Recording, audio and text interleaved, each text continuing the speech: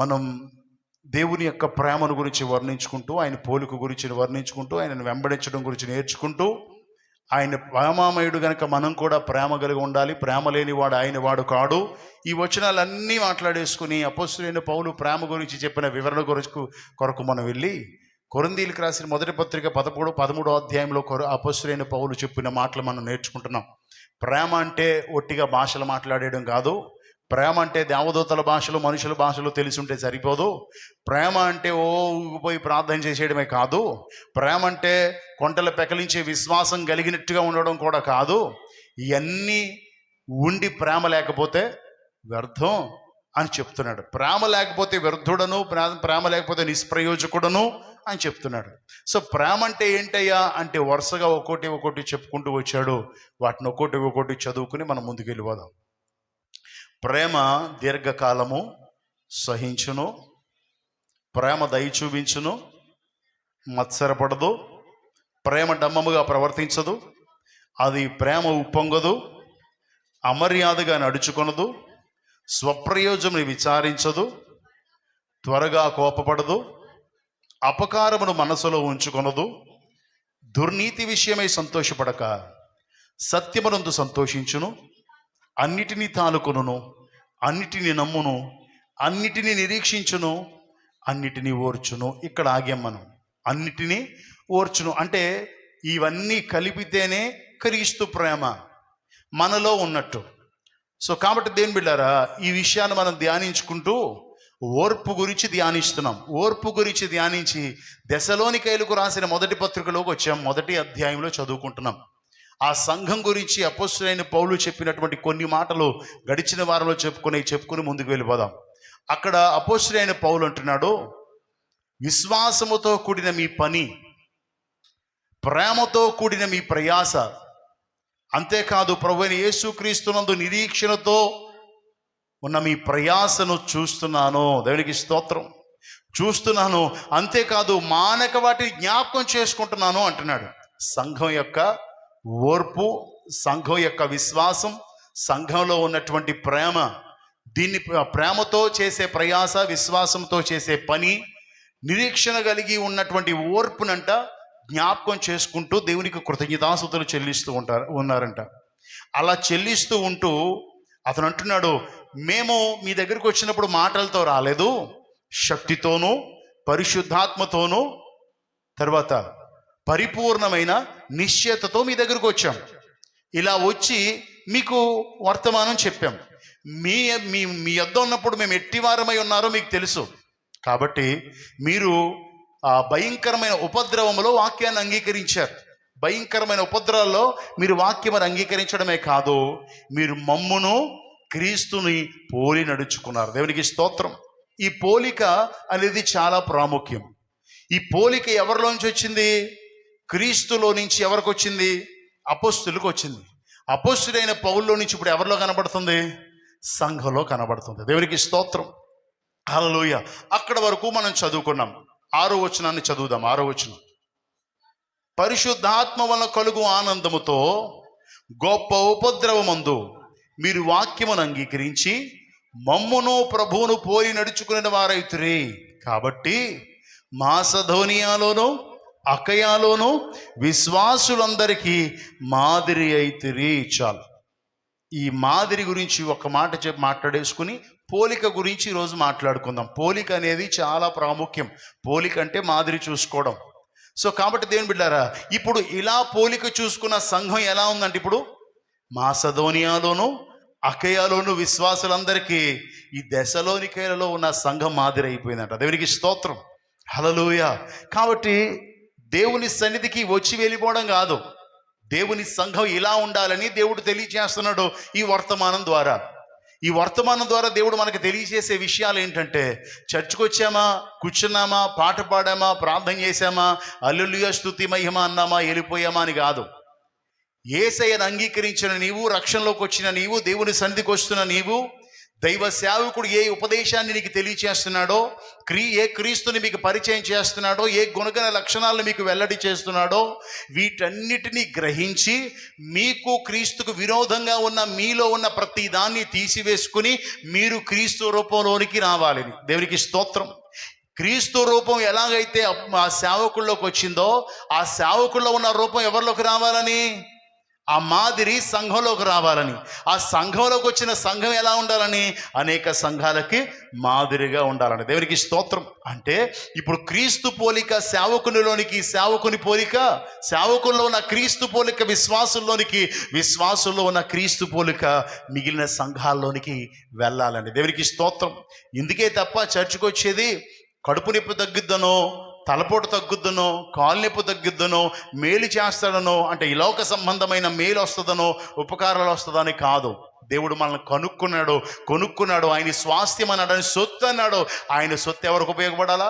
ఆయనకు ఉపయోగపడాలి. ఎలా ఉపయోగపడాలి అంటే ఆయన పోలికలోనికి మారి ఆయనను పరిచయం చేసేవారిగా ఉండాలి. దేవునికి స్తోత్రం.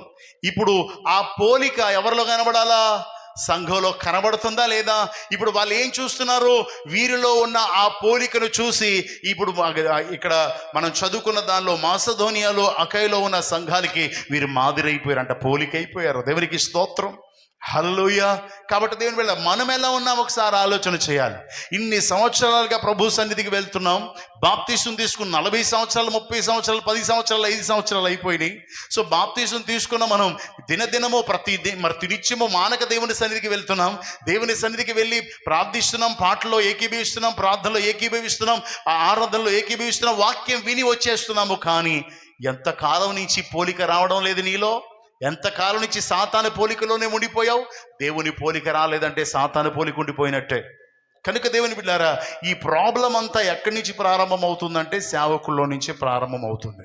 ఎందుకంటే ఈ వచనంలో అపొస్తలుడైన పౌలు చెప్తున్నాడు, మీరు మమ్మును క్రీస్తుని పోలి నడుచుకున్నారు. సో ఈ పోలిక ఎవరిలో ఉండాలా? సేవకుల్లో ఉండాలా? ఆ పోలిక ఎవరిలో రావాలా? సంఘంలోకి రావాలి. కాబట్టి దేవుని బిడ్డారా, యేసుక్రీస్తు ప్రభు ఈ లోకంలో ఉన్నప్పుడు ఆయన చెప్పినటువంటి మాట, మత్తయి సువార్త, యేసుక్రీస్తు ప్రభు ఈ లోకంలో ఉన్నప్పుడు ఆయన చెప్పినటువంటి మాట, మత్తయి సువార్త 23వ అధ్యాయం 3వ వచనం చదువుదామా? 23వ అధ్యాయం 3వ వచనం. గనుక వారు మీతో చెప్పు వాటినన్నిటినీ అంగీకరించి గైకొనుడి, అయినను వారి క్రియలు చెప్పిన చేయకుడి, వారు చెప్పుదురే గాని చేయరు. అప్పుడు యేసుక్రీస్తు ప్రభు ఉన్నప్పుడు చెప్పిన మాట. శాస్త్రుల గురించి, పరిసయ్యుల గురించి దేవుడు చెప్తున్నటువంటి మాట ఏంటంటే, వారు ధర్మశాస్త్రం గురించి చెప్తారు, చెప్పేది వినండి, గ్రహించండి, కానీ వారు నడుచుకున్నట్టుగా మాత్రం నడవకండి. అంటే నేటి దినాల్లో సేవకులు కూడా ఉన్నారు, చెప్పేవారిగా ఉంటారు కానీ పాటించే విధంగా ఉండరు. నేను ప్రారంభంలో దేవుడిని అడిగాను, ప్రభువా నువ్వు సేవకు పిలుచుకున్నావు నాయన, రావడానికి సిద్ధమే, కానీ నీ వాక్యాన్ని బోధించే ముందు నేను పాటించే వాడినై ఉండాలి, నీ శక్తిని వివరించే ముందు నీ శక్తిని అనుభవించిన వాడినై ఉండాలి. ఈ రెండే నేను ప్రార్థన చేసుకున్నాను, ప్రభువు నాకు ఇచ్చాడు. దేవునికి స్తోత్రం. అలా నేను లోబడాలి కదా, నేను విధేయుడనే లోబడ్డాను కనుక దేవుడు నాకు అనుగ్రహించాడు. దేవుని నామనికి స్తోత్రం. హల్లెలూయా. కాబట్టి వారు చెప్తారే కానీ చేయరు. చెయ్యలేదు అంటే పోలిక. వాక్యం యొక్క సారాంశం వారిలో కనబడదు, ఓన్లీ చెప్పడం మాత్రమే పని చేస్తారు అని దేవుడు చెప్తున్నాడు. యేసుక్రీస్తు ప్రభు ఉన్నప్పుడు, ఇప్పుడు ఆయన చనిపోయి ఆయన మరణం నుంచి తిరిగి లేచిన తర్వాత ఆయన రక్తంలో కడుగుకుని మనలో ఆయన పోలిక రావాలని కోరుకున్నాడు. ఇప్పుడు మనం ఆయన పోలికలో కనబడాలని కోరుకుంటున్నాడు. దేవునికి స్తోత్రం. హల్లెలూయా. ప్రభు నామానికి మహిమ కలుగునుగాక. అందుకే అపొస్తలుడైనటువంటి పౌలు కొరింథీలోని సంఘానికి రాస్తున్నటువంటి మొదటి పత్రికలో 11వ అధ్యాయం 1-2 వచనాలు ఈ విధంగా రాస్తున్నాడు. 11వ అధ్యాయం 1-2 వచనాలు. నేను క్రీస్తుని పోలి నడుచుకొనుచున్న ప్రకారము మీరు నన్ను పోలి నడుచుకొనుడి, మీరు అన్ని విషయములలో నన్ను జ్ఞాపకము చేసుకొనుచు నేను మీకు అప్పగించిన కట్టడలను గైకొనుచున్నారని మిమ్మల్ని మెచ్చుకొనుచున్నాను. దేవునికి స్తోత్రం. హల్లెలూయా. అపొస్తలుడైన పౌలు సంఘానికి చెప్తున్నటువంటి మాట, నేను క్రీస్తును పోలి నడుచుకొనుచున్న ప్రకారము మీరును నన్ను పోలి నడుచుకోండి అని చెప్తున్నాడు. అంటే అపొస్తలుడైన పౌలు తన్ను తాను హైలైట్ చేసుకుంటున్నాడు అనుకోవాలా? నన్ను చూడండి నన్ను చూడండి అంటున్నాడేంటి అని మనం ఆలోచిస్తే, అతను తన పోలిక చెప్తున్నాడు. ముందు నా పోలిక నాది కాదు, నేను క్రీస్తు పోలికలోనికి మారాను. ఇప్పుడు నా పోలిక ఎవరిది? క్రీస్తుది. మనకు తెలుసు కదా, నేను క్రీస్తుతో పాటు సిలువ వేయబడ్డాను, జీవించుచున్నది నేను కాదు, క్రీస్తే నా యందు జీవించుచున్నాడు. ఇప్పుడు జీవించుచున్న నేను ప్రాణంతో దేహంతో ఉన్నానంటే నాది కాదు, నన్ను ప్రేమించి నా కొరకు ప్రాణం పెట్టిన క్రీస్తే నా యందు అంటే నేనేమీ లేను, నేను ఖాళీ అయిపోయాను, క్రీస్తు నా యందు జీవించుచున్నాడు. ఇప్పుడు నా పోలిక క్రీస్తు పోలిక. దేవునికి స్తోత్రం. నా పోలిక క్రీస్తు పోలిక కనుక మీరు నన్ను పోలి అంటే ఇప్పుడు నేను ఆ పోలిక పోయింది, ఇప్పుడు ఏ పోలికలోకి వచ్చాను? క్రీస్తు పోలికలోకి వచ్చాను. కనుక ఇప్పుడు నన్ను అంటే క్రీస్తును పోలి మీరు నడుచుకోండి అని అర్థం. దేవునికి స్తోత్రం. అపోస్తలుడైన పౌలు సంఘానికి చెప్తున్నాడు, నేను ఆల్రెడీ క్రీస్తు పోలికలోకి వచ్చేసాను, ఇప్పుడు క్రీస్తే నా యందు జీవిస్తున్నాడు. నేను అంటే క్రీస్తు, నా క్రీస్తు అంటే నేను, ఇప్పుడు నన్ను పోలి మీరు నడుచుకోండి అని చెప్తున్నాడు. దేవునికి స్తోత్రం. సంఘం సేవకుడిని పోలి నడుచుకోవాలి. దేవునికి స్తోత్రం. సేవకుడు సంఘానికి మాదిరిగా ఉండాలి అని చాలా వాక్యాలు ఉన్నాయి. కానీ సేవకుడు సరిలేకపోవడం వల్లే సంఘాలు పాడైపోతున్నాయి అని పోయిన వారం మనం మాట్లాడుకున్నాం. దేవుడు నమ్మి సంఘాన్ని ఇచ్చి ఈ సంఘాన్ని కాయి అని చెప్తే నమ్మకంగా కాయడం మానేసి, ఇందాక చదివినట్లుగా ఆయన వైపు చూడడం మానేసి, ఆయన పోలికలోనికి రావడం మానేసి, ఏదో చెప్పామా వెళ్ళిపోయామా అన్నట్టుగా ఉండడం వల్లే ఈ ప్రాబ్లమ్స్ అన్నీ. కాబట్టి రోమీలకు రాసిన పత్రికలో 2వ అధ్యాయం 21 నుండి మనం చదువుదామంటే 24 వరకు. ఎదుటివానికి బోధించు నీకు నీవు బోధించుకొనవా? దొంగలింపవద్దని ప్రకటించు, నీవు దొంగలేదవా? వ్యభిచరింపవద్దని చెప్పు, నీవు వ్యభిచరించేదవా? విగ్రహములను అసహించుకును, నీవు గుళ్ళను దోచేదవా? ధర్మశాస్త్రముతో అతిశయించు, నీవు ధర్మశాస్త్రం ఇరుట వలన దేవుని అవమానపరచుదువా? అలా వ్రాయబడిన ప్రకారము మిమ్మును బట్టియే గదా దేవుని నామము అన్యజనుల మధ్య దూషించబడుచున్నది. దేవుని బిడ్డారా, ఈ వాక్యాన్ని మనం ఆలోచన చేస్తే, ఇప్పుడు దేవుని నామము ఎవరిని బట్టి దూషించబడుతుంది అంటే సేవకుడు, విశ్వాసులు, మనల్ని బట్టే. నా పోలిక మారక, మీ పోలిక మారక, మన పోలిక మారక ఇంకనూ లోక సంబంధమైన వారిగా జీవిస్తూ ఇప్పుడు బయటికి వెళ్ళేపాటికి దేవుని నామానికి అవమానం కలిగించేలా ఉన్నాం. అంటే దేవుని బిడ్డారా, ఇప్పుడు ఒక ఆవిడ చర్చి నుంచి ఇంటికి వెళ్తుంది, ఇంకా బైబిల్ సంకనే ఉంది, వాళ్ళ దొడ్లోకి కోళ్ళు వచ్చినాయి అంట. కోళ్ళు వస్తే బైబిల్ సంకలో ఉండగానే మొదలు పెట్టేసిందంట. పక్క వాళ్ళు అనుకున్నారు ఆవిడ చర్చికి వెళ్ళి ఇంకా ఇంట్లోకి కూడా కాలు కొడుక్కుని వెళ్ళలేదు, అప్పుడే మొదలెట్టేసింది. వీళ్ళ దేవుని సంధికి ఎందుకు వెళ్తారో తెలియదు. ఎవరికి అవమానం? వీళ్ళ క్రైస్తవులు అంట. ఎవరికి అవమానం? దేవుని నామానికి అవమానం. కనుక దేవుని బిడ్డారా, మనం బోధిస్తున్నామో, ఎదుటివాడికి చెప్తామో, లేదా పిల్లలకి చెప్తామో, ఎదుటివాడిని ఇలా చేయకూడదని బోధిస్తామో, ఒక అత్తాకోళ్ళ మధ్య ఏదైనా ప్రాబ్లం వస్తే అమ్మ ఇలా చేయకూడదని చెప్తాము, కానీ మనం మాత్రం పాటించము అని చెప్తున్నాడు. అన్యజనుల మధ్య ఎవరి వల్ల దూషింపబడుతుందంటే మన మధ్య. అంటే సేవకుడు ఆ పోలికలోకి రాక, సంఘం ఆ పోలికలోనికి రాక, ఇప్పుడు సంఘం వల్ల, సేవకుని వల్ల ఎవరికి అవమానం వస్తుంది అంటే దేవుని నామానికి అవమానం వస్తుంది. ఇప్పుడు చర్చికి వెళ్ళే పిల్లలే బయటకు వచ్చి పెద్దగా కేకలు వేసుకుని భార్యాభర్తలు గొడవ పడుతున్నారు అనుకోండి. వీళ్ళు నిన్నే కదా చర్చికి వెళ్ళి వచ్చారు, ఇంకా చర్చికి వెళ్ళి వచ్చి ఒక రోజు కాలేదు, వీళ్ళు పాస్ట్ ఇదే చెప్తున్నాడేమో అనుకుంటారు. సో కాబట్టి ఇలాంటి వాళ్ళ వల్ల వచ్చే అవమానం ఎవరికి అంటే దేవుని నామం. ఇలా చెప్పుకుంటే చాలా, మనం ఎలా ఉన్నామో మనం చూసుకోవాలి, మనం క్రీస్తులాగా ఉండడానికి నేర్చుకోవాలి. దేవునికి స్తోత్రం. ఇప్పుడు మళ్ళీ చెప్తున్నాను, సంఘంలోకి మనం వచ్చేది ఎందుకు అంటే నేర్చుకొని ఆయన పోలికలోనికి మారి అనేక మందికి మాదిరిగా ఉండడానికి. క్రీస్తు మనకు మాదిరి ఉన్నాడు, మనము అనేక మందికి మాదిరిగా ఉండాలి. కనుకనే మన సంఘానికి వచ్చి నేర్చుకుంటున్నాం, అంతే తప్ప ఏదో వచ్చామా కూర్చున్నామా, ఈ వారంలో వెళ్ళకపోతే బాగోదు, వెళ్ళకపోతే అదోలా పీకుద్ది, దేవుని సన్నిధికి వెళ్ళలేదు అని ఇలాంటి విషయాలు మాత్రం మనసులో పెట్టుకోకండి. దేవునికి స్తోత్రం. మనం వెళ్ళాలి, ప్రతినిత్యము దేవుడిచ్చిన ఆజ్ఞలు అది ఒకటి, వెళ్ళాలి. వెళ్ళిన మనం ఆ వాక్యాన్ని విని ఆ పోలికలోనికి మనం మారాలి. ఒక్కోటిగా సమస్తాన్ని తీసివేసుకుని ఆ పోలికలోనికి మారాలి అని వాక్యం సెలవిస్తుంది. దేవునికి స్తోత్రం. హల్లెలూయా. ఫిలిప్పీలకు రాసిన పత్రిక 3:17 అపోస్తలుడైన పౌలు రాస్తున్నాడు. ఫిలిప్పీలకు రాసిన పత్రిక 3:17 సహోదరులారా, మీరు నన్ను పోలి నడుచుకొనుడి, మేము మీకు మాదిరి అయి ఉన్న ప్రకారము నడుచుకొను వానిని గురిపెట్టి చూడండి. దేవునికి స్తోత్రం. హల్లెలూయా. ఇప్పుడు యేసుక్రీస్తు ప్రభు ఉన్నప్పుడేమో వాళ్ళు చూడకండి, వినండి అన్నాడు. యేసుక్రీస్తు ప్రభు చనిపోయి తిరిగి లేచిన తర్వాత వాళ్ళని చూడాల్సినటువంటి పరిస్థితి. ఎందుకంటే అప్పుడు యేసుక్రీస్తు ఉన్నాడు, ఇప్పుడు యేసుక్రీస్తు ప్రభు లేడు, ఆరోహణమై తండ్రి కుడిపార్శ్వమందు కూర్చున్నాడు. ఇప్పుడు యేసుక్రీస్తు మనకు ప్రత్యక్షం అవ్వాలంటే సేవకుని ద్వారానే ప్రత్యక్షం అవ్వాలి. దేవునికి స్తోత్రం, హల్లెలూయా. ఏ సేవకుడైతే ఆయన ప్రేమను వర్ణిస్తున్నాడో, ఏ సేవకుడైతే ఆయన గుణగణాలని వెల్లడి చేస్తున్నాడో, ఏ సేవకుడైతే ఆయన గురించి మీకు ఉపదేశం ఇస్తున్నాడో, ఆ సేవకునిలో నుంచే మనకి ఆ రూపం కనబడాలి. దేవునికి స్తోత్రం. ఆయనలో ఉన్న ప్రేమ, ఆయనలో ఉన్న దయ, ఆయనలో ఉన్న జాలి, ఆయనలో ఉన్న కరుణ, ఆయనలో ఉన్న సాత్వికం, ఆయనలో ఉన్న క్షమాగుణం, ఇలా చెప్పుకుంటే ఒకటి కాదు, అన్నీ ఎవరిలో కనబడాలా? సేవకునిలో కనబడితే క్రీస్తు కనబడతాడు. ఆ క్రీస్తుని సంఘం చూస్తుంది, సంఘం క్రీస్తు పోలికలోనికి వస్తుంది. దేవునికి స్తోత్రం. ఇక్కడ అపోస్తలుడైన పౌలు అంటాడు, సహోదరులారా మీరు నన్ను పోలి నడుచుకోండి. నన్ను అన్నాడంటే ఇందాక చెప్పాను కదా, ఏ పోలికలోకి వచ్చాడు ఆయన?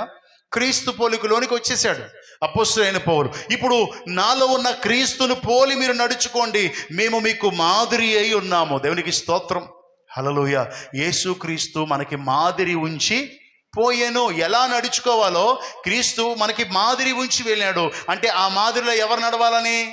మనం నడవాలని. నడిచేవారు కూడా ఎవరికి మాదిరిగా ఉండాలని? వెనుకున్న వారికి మాదిరిగా ఉండాలని. అనగా ఇప్పుడు క్రీస్తు నడిచిన బాటలో సేవకుడు నడుస్తున్నాడు, సేవకుడు వెనకానున్న విశ్వాసులు కూడా ఆ మాదిరిలో నడవాలి.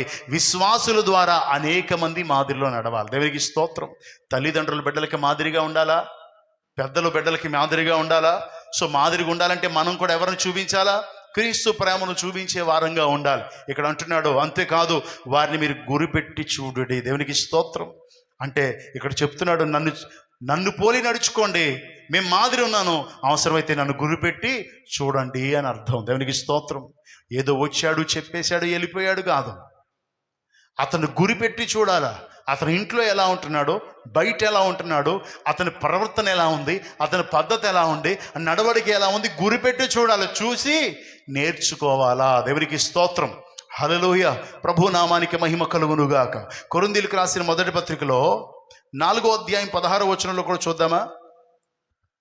4:16 సువార్త ద్వారా నేను మిమ్మల్ని కంటిని గనుక మీరు నన్ను పోలి నడుచుకున్న వారై ఉండవలనని మిమ్మల్ని బ్రతిమాలుకొనుచున్నాను. చాలు.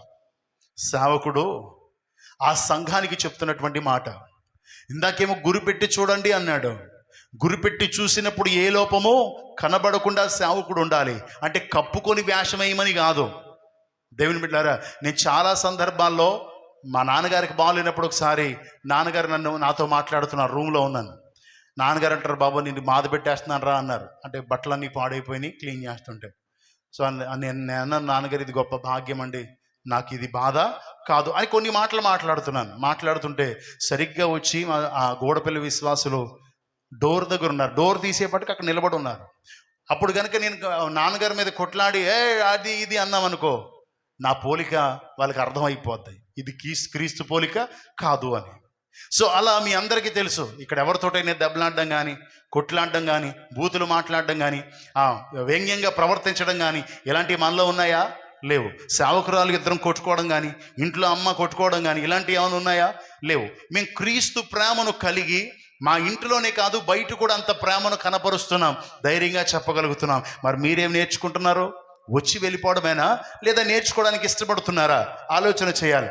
అపోస్తలుడైనటువంటి పౌలు కొరింథీలో ఉన్న సంఘాన్ని బ్రతిమాలుతున్నాడు. ఏమనంటే, క్రీస్తు యేసు సువార్త ద్వారా నేను మిమ్మల్ని కనుక్కున్నాను. దేవునికి స్తోత్రం, హల్లెలూయా.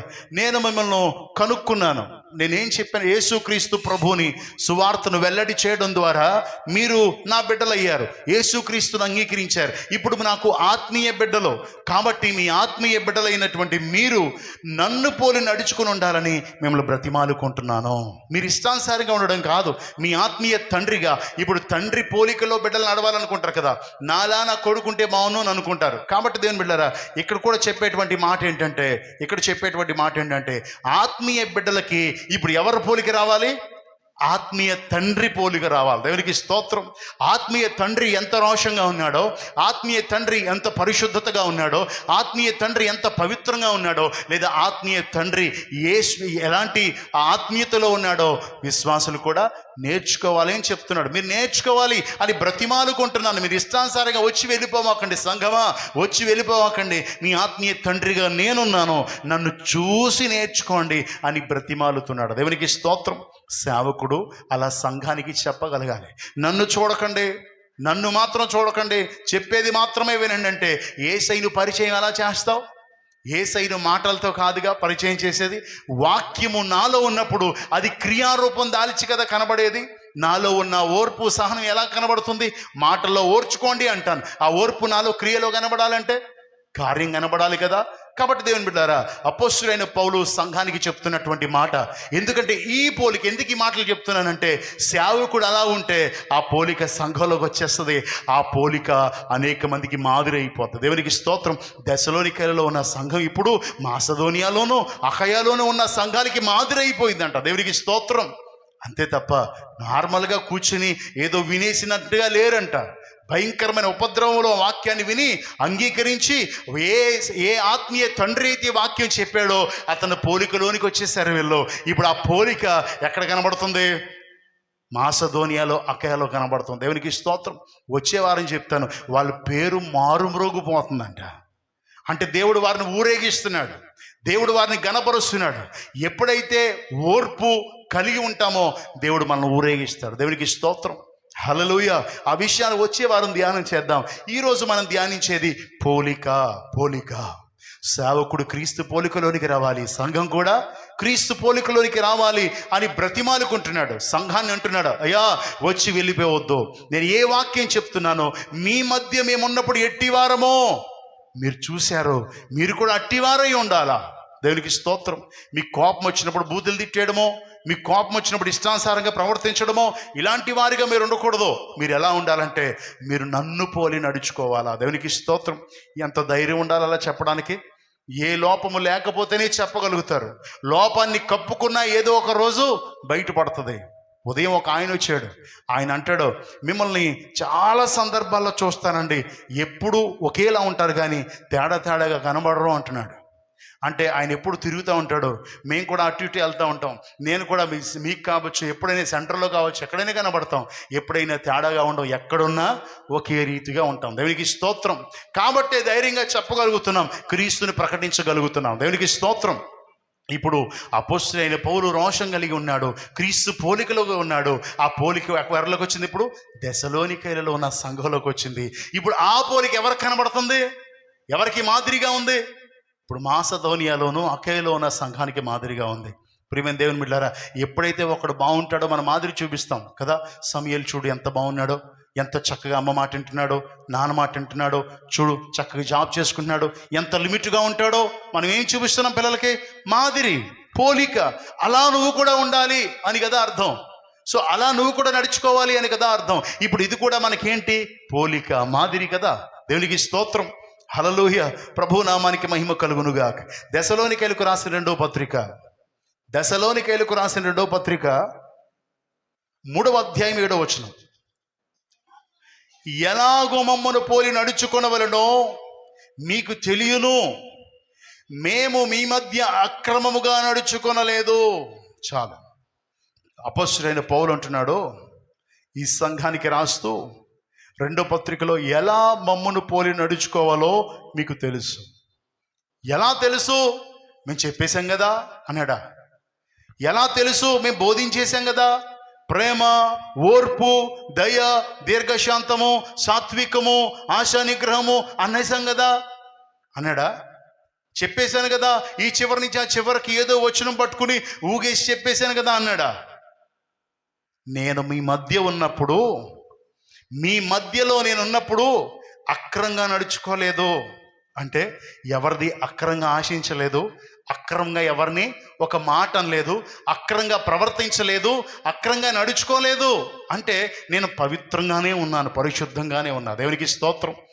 మీ మధ్య నేను ఉన్నప్పుడు ఎలా ఉన్నానో, అక్కడ ఉన్నప్పుడు ఇంచుమించు నాకు తెలియదు కానీ 1.5-3 సంవత్సరాలు అక్కడ ఉండినట్టుగా నేను ఎక్కడో చదివాను. సో కాబట్టి అంతకాలం అపోస్తలుడైన పౌలును వారు అబ్జర్వ్ చేసినప్పుడు అపోస్తలుడైన పౌలు అంటాడు, నేను మీ మధ్య నేను ఉన్నప్పుడు అక్రంగా ఎక్కడ నడుచుకోలేదు. దేవునికి స్తోత్రం. కాబట్టి దేవుని బిడ్డలారా, అక్రంగా నడుచుకునేవాడిగా సేవకుడు ఉండకూడదు. అక్రమమైన సంపాదన వైపు, అక్రమమైన అడ్డమైన దారుల వైపు వెళ్ళకూడదు. సో ఇప్పుడు సేవకులు సైడ్ బిజినెస్లు ఎక్కువైపోయినాయి.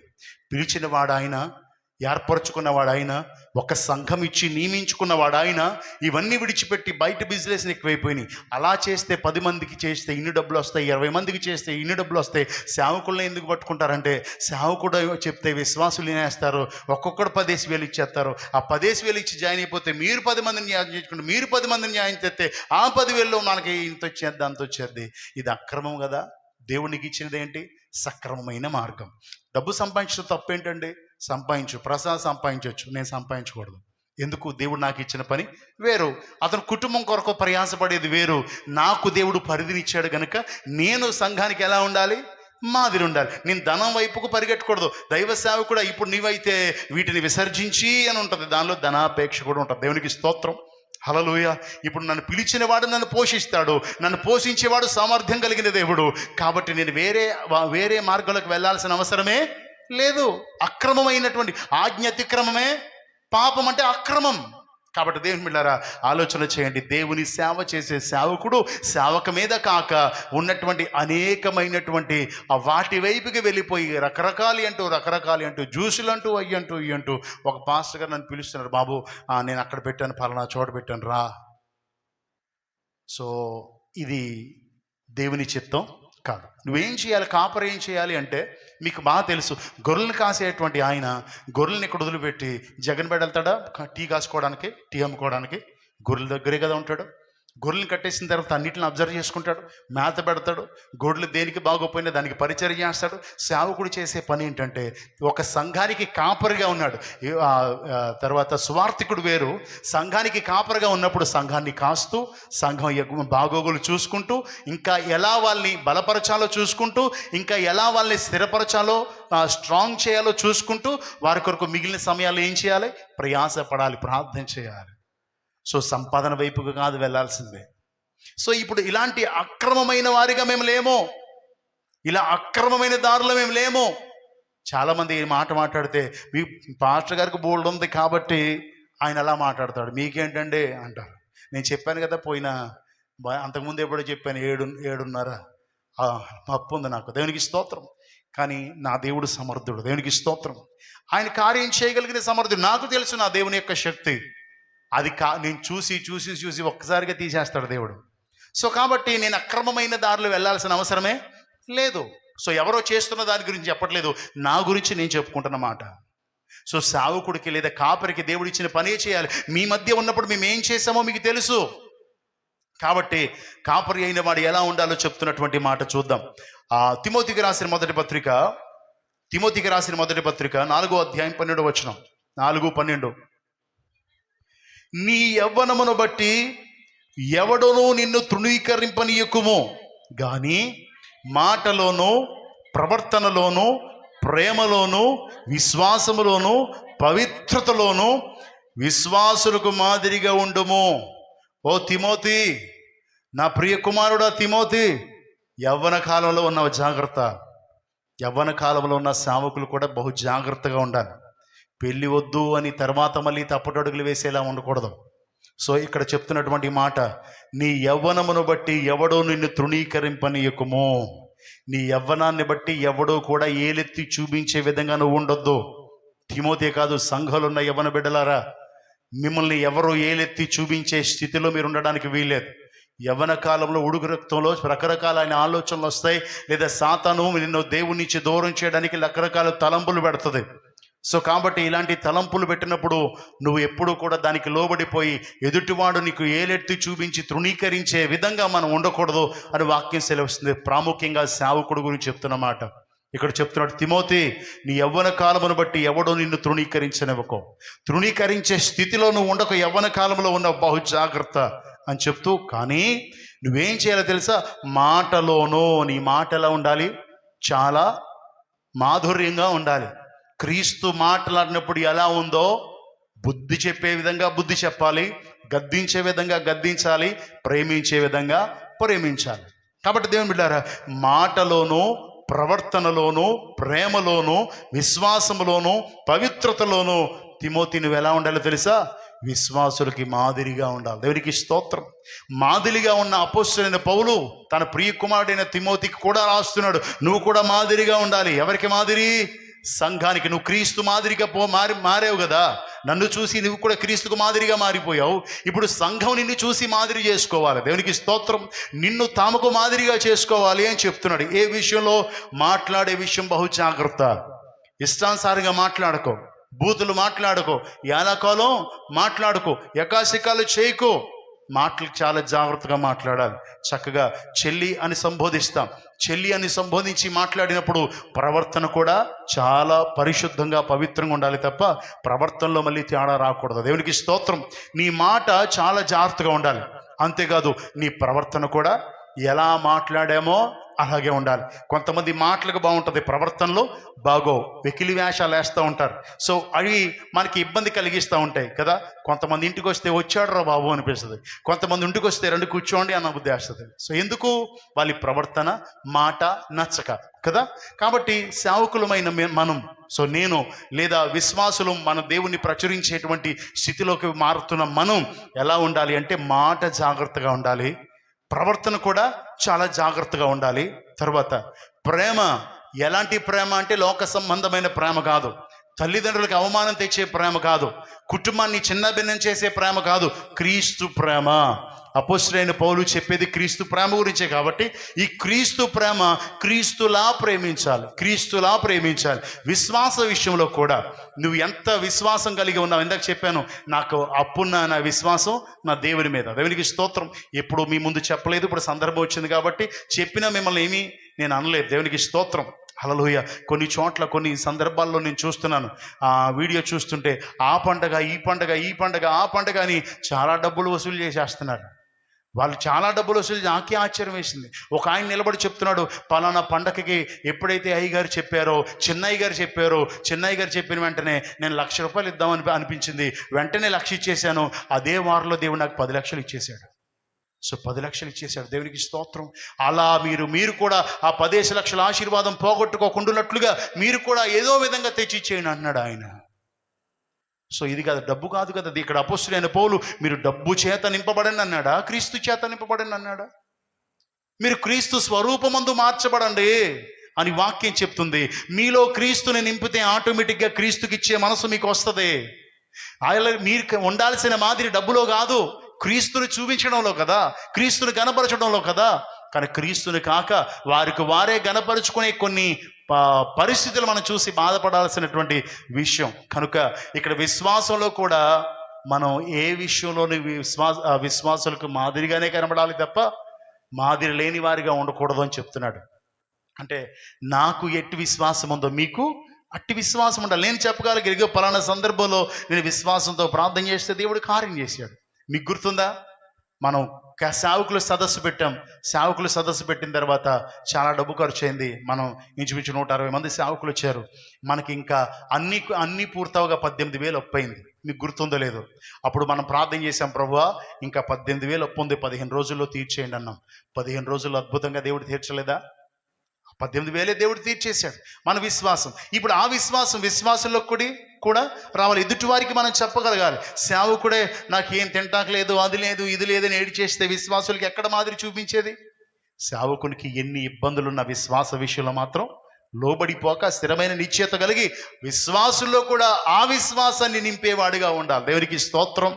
అంతేకాదు పవిత్రతలోనూ సేవకుడు యేసు రక్తంలో కడగబడిన వాడు పవిత్రమైన జీవితం జీవించాలి. అంటే ఏ అపవిత్రమైన ప్లేసుల్లో, అపవిత్రమైన సహవాసం, అపవిత్రమైన చోట్లకి వెళ్ళకూడదు. పవిత్రతను కాపాడుకోవాలి. అంటే ఇప్పుడు ఉంది, పంది ఎక్కడ దొలుద్ది? బురదలో దొలుద్ది. మనం వెళ్తాం అక్కడికే. సో దానికి మనకి వ్యత్యాసం ఉంది కనుక మనం దానిలో దొరలానికి వెళ్ళాం. సో చిరాకు ప్లేసులకు వెళ్ళం. అలా పరిశుద్ధతను కాపాడుకుంటూ ఉండాలి. దేవునికి స్తోత్రం. ఏ అపరిశుద్ధత రాకుండా మన నోటికి కానీ మన ప్రవర్తన నడవడికలో ఏ అపరిశుద్ధత కనపడకుండా పవిత్రంగా ఉండాలి అని సేవకుడికి చెప్తున్నాడు. తిమోతి నువ్వు ఎలా ఉండాలి తెలుసా? నీ మాట చాలా బాగుండాలి, నీ ప్రవర్తన జాగ్రత్తగా ఉండాలి. అంతేకాదు నువ్వు క్రీస్తులా ప్రేమించాలి.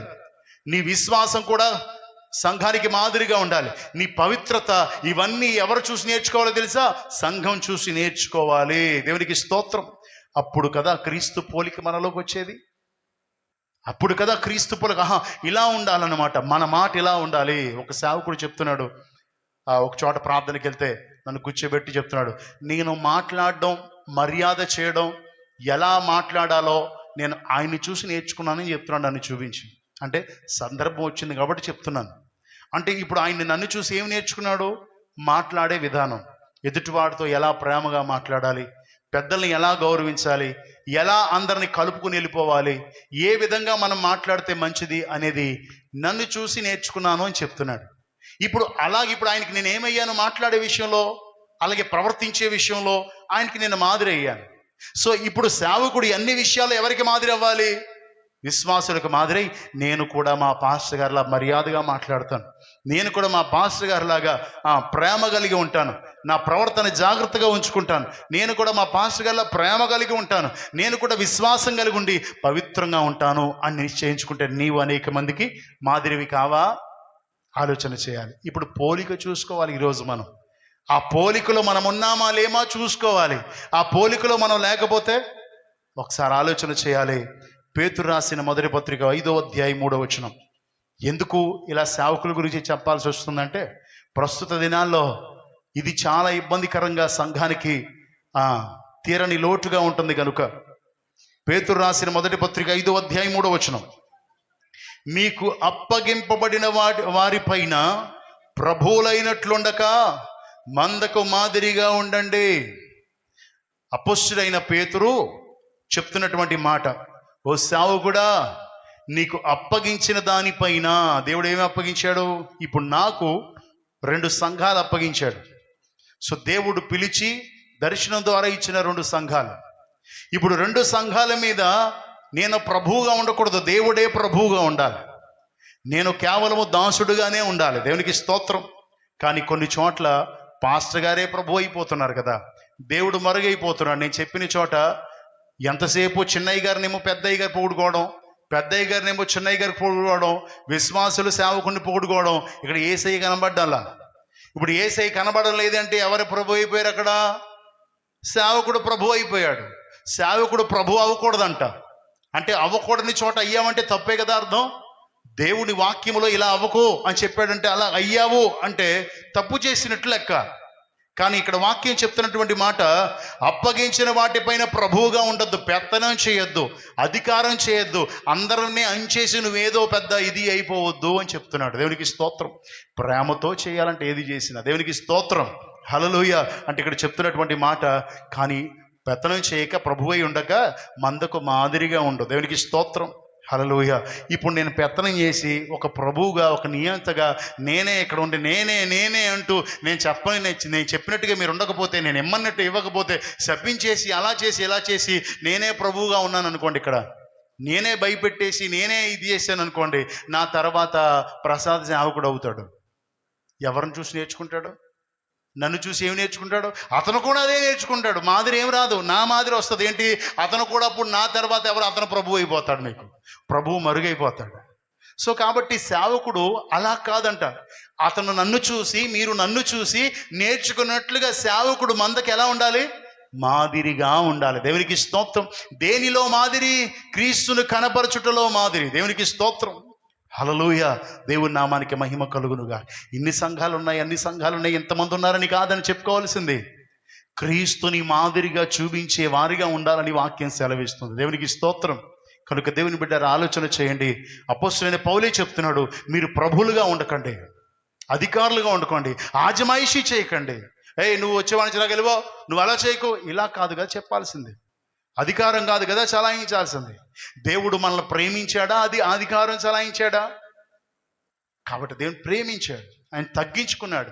ఆయన పరిశుద్ధుడై ఉండి మన పాపాలన్నిటినీ ఆయన మీద వేసుకోవడానికి ఇష్టపడ్డాడు. ఇంతగా తగ్గించుకుంటే దేవుడు పరలోకంలో తండ్రితో కూడా ఉండుట విడిచిపెట్టకూడని భాగ్యమని ఎంచక నీ గురించి భూమి మీదకి తగ్గించుకుంటే సేవకుడు మాత్రం ప్రభు అయిపోతున్నాడు. ఇప్పుడు సేవకుని కాళ్ళు పట్టుకోవడం, సేవకునికి షూలిప్పడం, సేవకుని కాళ్ళకి దండాలు పెట్టేయడం, సేవకులు బ్యాగులేమో ఎక్కడికన్నా వెళ్తే ముందు స్టేజ్ మీదకి ఆయన వెళ్తాడో, తర్వాత ఏం వెళ్తుంది?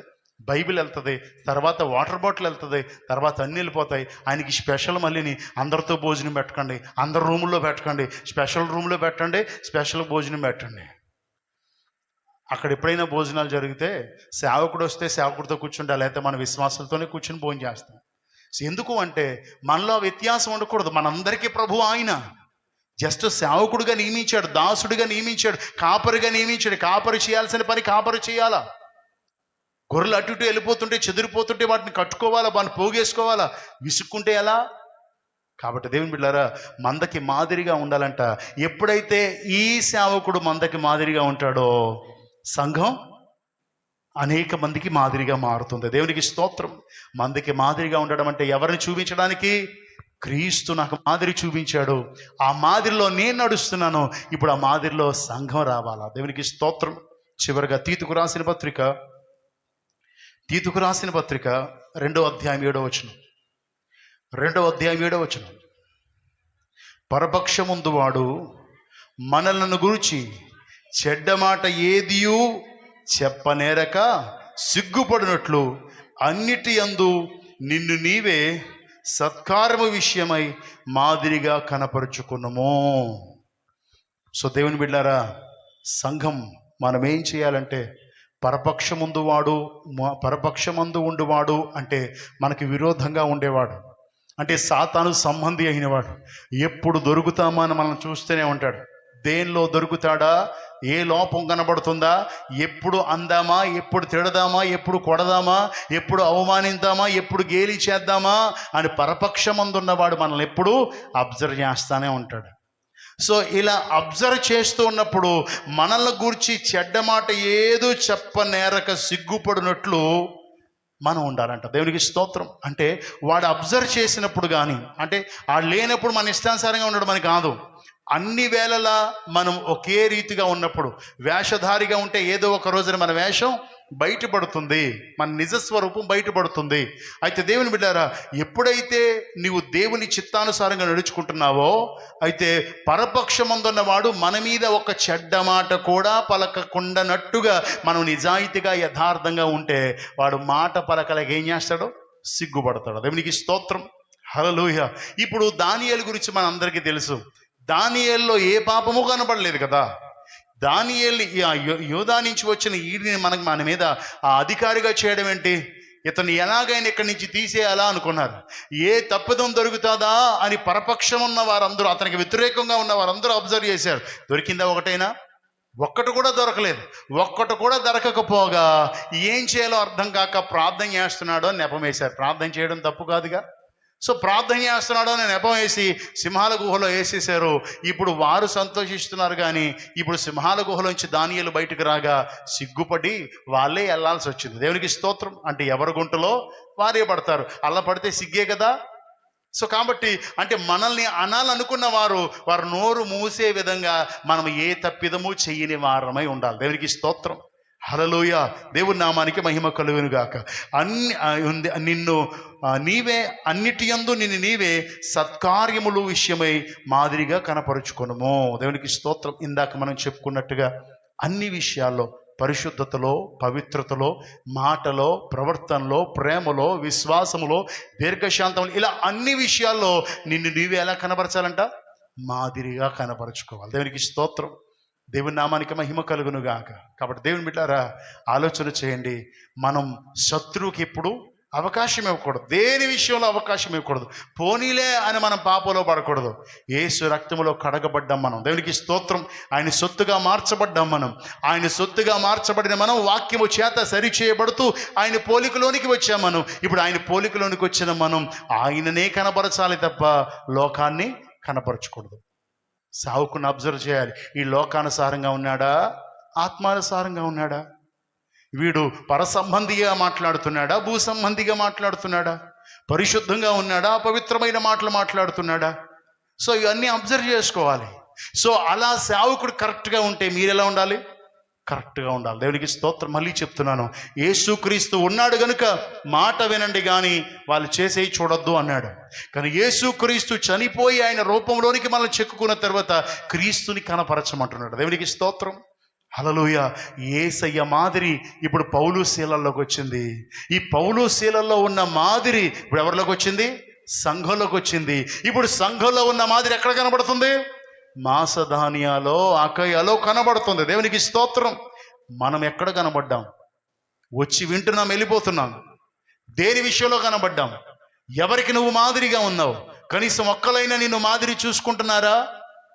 లేకపోతే ఈ రోజైనా తీర్మానించుకుందాం, ప్రభువా ఉన్నవాడు చూసినప్పటికీ ఏ దోషం నాలో కనబడని నిజాయితీ యథార్థతను నాలో ఉంచు ప్రభువా.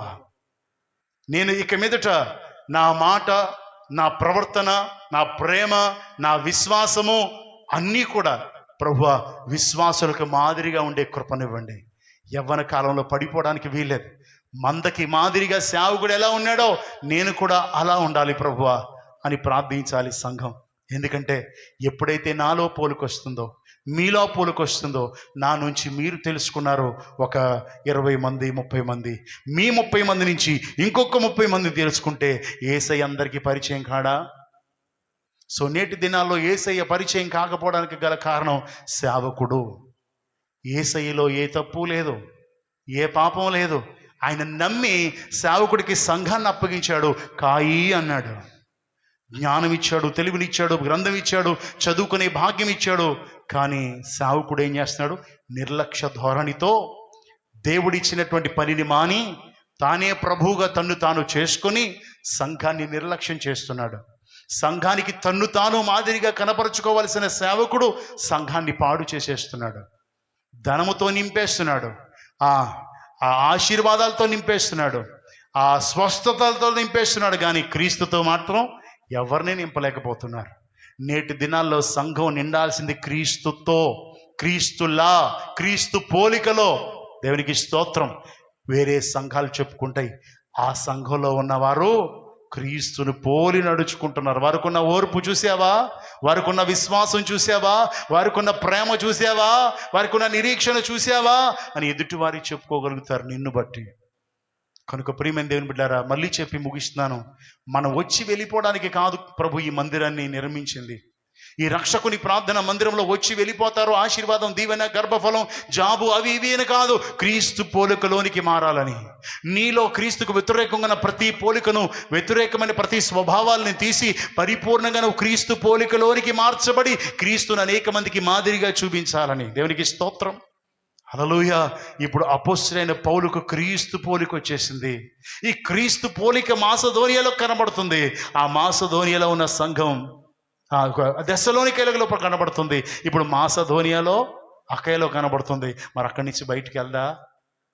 సో ఆగిపోతుంది అంటే సేవకుడే కారణం. సో అలా అని మనం ఎలా ఉన్నామో కూడా అబ్జర్వ్ చేసుకోవాలా ఇక్కడ ఉన్నవారు. ఎందుకంటే మమ్మల్ని పోలి అన్న మాట దగ్గర మనం ఆగాం. పోలిక అనేది చాలా ప్రాముఖ్యం. క్రీస్తు ఎవరో మనకు తెలియదు, కానీ క్రీస్తుని పరిచయం చేసింది సేవకుడు. క్రీస్తు యేసునందు మిమ్మల్ని విశ్వాసంలో, క్రీస్తు యేసునందు మిమ్మల్ని కనుక్కున్నాను. సో కనుక్కున్న వాడికి బాధ ఉండదు, కనుక్కున్న వాడికి బాధ ఉంటుంది. బిడ్డలు పాడైపోతుంటే బాధపడతాడు, కనుక్కొని వాడు ఎలా పోతే నాకెందుకు అనుకుంటాడు. సో కాబట్టి క్రీస్తు యేసులో కనుక్కున్న మీరందరూ కూడా క్రీస్తు రూపంలోకి రావాలనేటువంటి ఆలోచన దేవుడు మనలో పెట్టాడు. సో ఆ విధంగా వాక్యాన్ని మనకు నేర్పిస్తున్నాడు. ఆ సంఘం ఎలా కొనియాడబడుతుందో వచ్చే వారం నేర్చుకుందాం. ఆ ఓర్పుని నేర్చుకోవడం ద్వారా. ఓర్పు లేకపోతే కోపం వస్తుంది.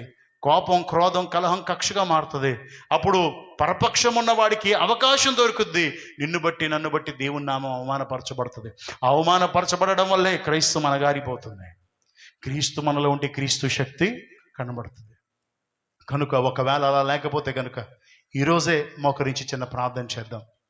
చిన్న ప్రార్థన చేసి ప్రభుని అడుగుదాం. యేసయ్యా, ఇదిగో యవ్వన కాలంలో ఉన్న నేను, యవనస్తుడిగా యవనిరాలిగా ఉన్న నేను, నా మాట, నా ప్రవర్తన, నేను చూపించే క్రీస్తు ప్రేమ, విశ్వాసములో, పవిత్రతలో అనేక మందికి నేను మాదిరిగా ఉండాలి తప్ప పరపక్షమున్న వాడికి అవకాశం ఇచ్చే విధంగా నేను ఉండడానికి వీల్లేదు ప్రభువా. చేద్దాం చిన్న ప్రార్థన.